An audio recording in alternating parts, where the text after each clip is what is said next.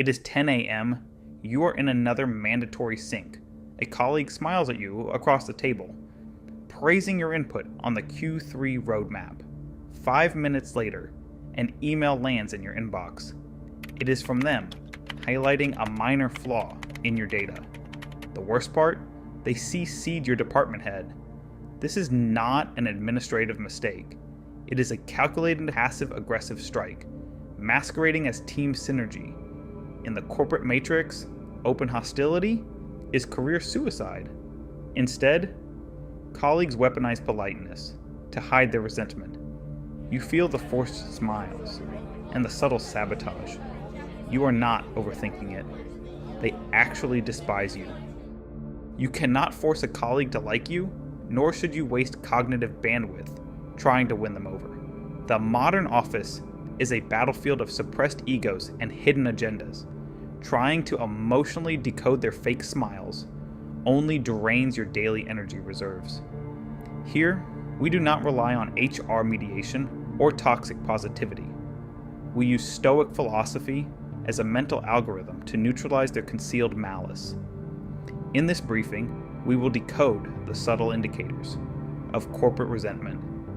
More importantly, we will install defense mechanisms to insulate your deliverables from their quiet sabotage. Save this video, study these behavioral patterns tonight, and deploy these countermeasures during tomorrow's stand-up meeting. Let them play their petty political games. You will remain untouchable. To survive the corporate ecosystem, you must stop listening to the pleasantries people say and start observing how they operate within the system.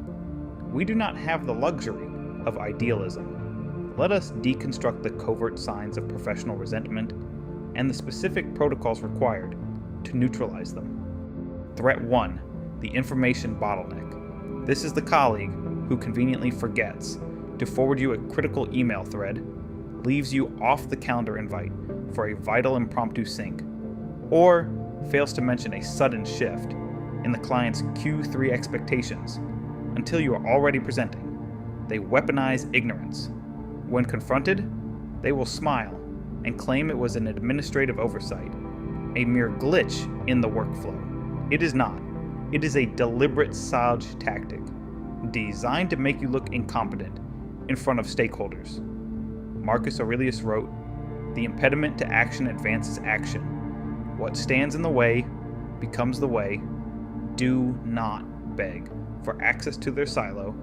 Bypass the bottleneck entirely through ruthless, visible documentation. When you discover you were excluded, do not send a private message expressing frustration. Instead, utilize the public project management software, Jira, Trello, or your internal tracking system. Tag them directly in the ticket. Awaiting updated client specs from you to proceed with this deliverable. Information hoarders rely on your panic. They want you scrambling at the 11th hour, absorbing the blame for their engineered delay.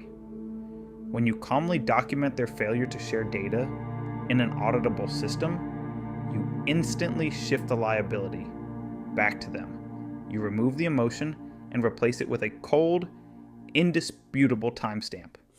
Their sabotage becomes a documented inefficiency, and your workflow remains unimpeachable. Threat 2, the public backhanded compliment. You are in a cross-functional meeting, presenting your quarterly metrics. The disguised enemy speaks up. Great presentation.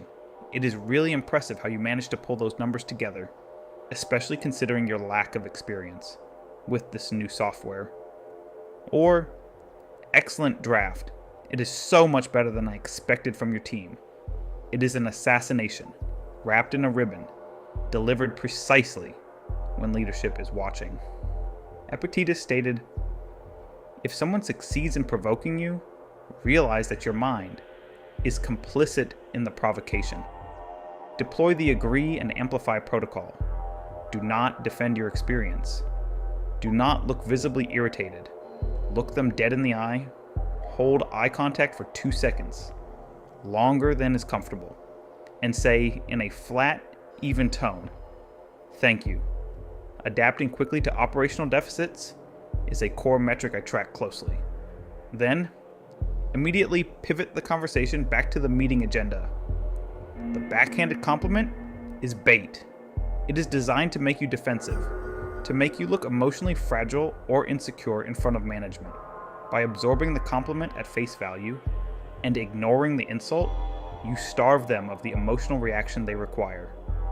You frame yourself as a hyper-competent professional who is immune to petty slights, while their veiled insult falls flat on the boardroom floor. You retain your power. They expose their insecurity. Threat 3, the moving goalpost and the Friday 4:59 p.m. handoff. This colleague controls a dependency in your project pipeline. They nod during the Monday stand-up, agreeing to deliver their dataset by Thursday. Thursday comes, silence. On Friday at 4:59 p.m., they drop a flawed, incomplete file into the shared drive and log off for the weekend, forcing you to burn your Saturday to fix their mess so you can meet the Monday morning deadline. Seneca observed, "We suffer more often in imagination than in reality. We imagine the catastrophe of a missed deadline, so we sacrifice our personal lives to prevent it. The hard stop SLA. You must stop being their safety net. On Tuesday, you establish the boundary via email. To ensure quality assurance for Monday's launch, I require your finalized dataset by Thursday EOD. If received later, my review will shift to the following Tuesday. When they drop it at 4:59 p.m. on Friday, do not open the file. Log off. On Monday morning, send a brief update to the stakeholders. Receive the prerequisite data on Friday evening. Integrating it now, revised ETA for completion, is Tuesday. The delayed handoff is a dominance play. They are testing your boundaries and offloading their stress onto your nervous system.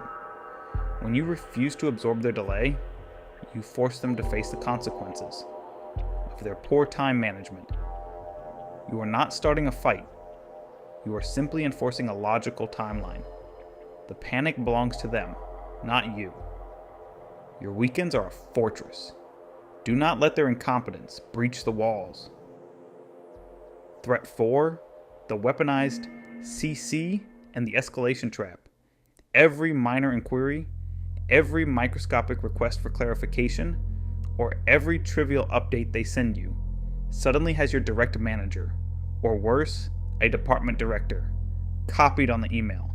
They are attempting to manufacture a paper trail of micromanagement, subtly signaling to leadership that you need constant supervision, or that you are a bottleneck. Epictetus advised, first say to yourself what you would be, and then do what you have to do. The asymmetric de-escalation. Never reply all with a defense. Instead, reply immediately. Provide the requested data with brutal efficiency, and surgically remove the audience. Move the management figures to the BCC line. Begin your email with moving management to BCC to protect their inbox bandwidth. Here is the requested data. The weaponized CC relies on creating a spectacle. They want to drag leadership into the weeds to watch you squirm.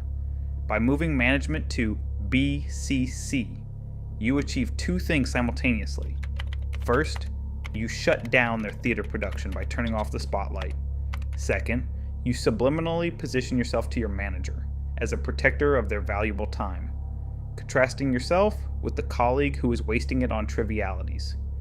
You win the optical war without firing a single emotional shot. Threat 5. The phantom wall. This is the hardest to prove to HR, but the most draining on your psyche. In one-on-ones, their tone is universally robotic. During virtual meetings, their camera is perpetually off when you speak. In physical spaces, their feet point toward the door when you approach, and their responses are clipped to one-word answers. They are physically present, but entirely inaccessible. Marcus Aurelius reminded himself, "It is not events that disturb people. It is their judgments concerning them. The API protocol. Stop trying to break the ice. Stop asking about their weekend. Stop trying to be their friend. Treat this colleague strictly as an API. You input a specific professional request. You extract the required professional data, nothing more. Match their clinical detachment with absolute unwavering professionalism. We are conditioned to seek harmony and likability in the workplace. When someone gives us the cold shoulder, our instinct is to overcompensate, to bleed our own energy, trying to warm them up. The phantom wall is designed to make you feel isolated and anxious by accepting their coldness as a fixed variable, like the weather or a faulty printer. You instantly reclaim your cognitive bandwidth. You do not need their validation to execute your KPIs. Let them sit behind their wall. You have a job to do.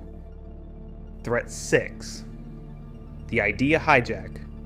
You pitch a solution during a brainstorming session. It is met with lukewarm murmurs. 20 minutes later, the disguised enemy rephrases your exact concept, using slightly more corporate jargon, and suddenly the room erupts in agreement. The director praises them for their visionary thinking. They smile, accepting the credit for your intellectual property. Seneca wrote, "If you really want to escape the things that harass you, what you're needing is not to be in a different place, but to be a different person." The tactical reclaim. Do not sit in silent resentment, and do not erupt in angry accusations of theft. Instead, lean in, nod approvingly, and address the room with a calm, collaborative tone. I am glad you agree with the strategy I outlined earlier. To build on my original architecture, how do you suggest we allocate the budget for the Q3 integration? The hijacker expects either your silent submission or your emotional outburst, both of which make you look weak to leadership. By publicly validating their agreement with your original idea, you instantly re-establish ownership. You force them into a corner where they must either explicitly deny your contribution, making them look combative, or agree with your framing, cementing you as the architect. You maintain the high ground, keeping the atmosphere collaborative, while ruthlessly securing your intellectual capital. At the end of the fiscal year, none of this matters. The manufactured urgency, the passive-aggressive emails, and the endless revision loops, they are just noise. We are conditioned by hustle culture to tie our self-worth to our deliverables and our manager's approval. This is the ultimate corporate trap. It is how systems extract maximum output for minimum psychological return. You must initiate a hard disconnect. Your job is an economic transaction, not your identity.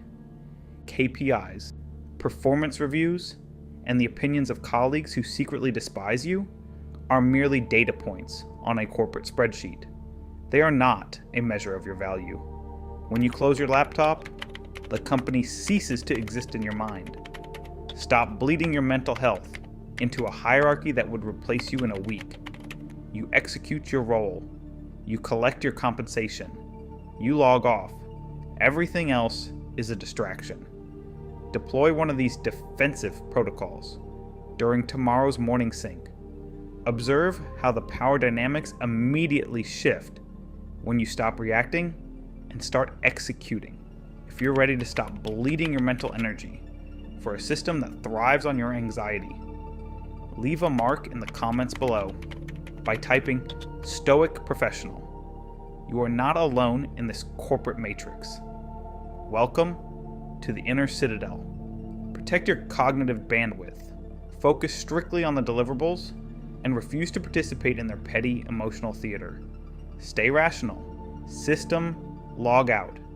I will see you at the next briefing.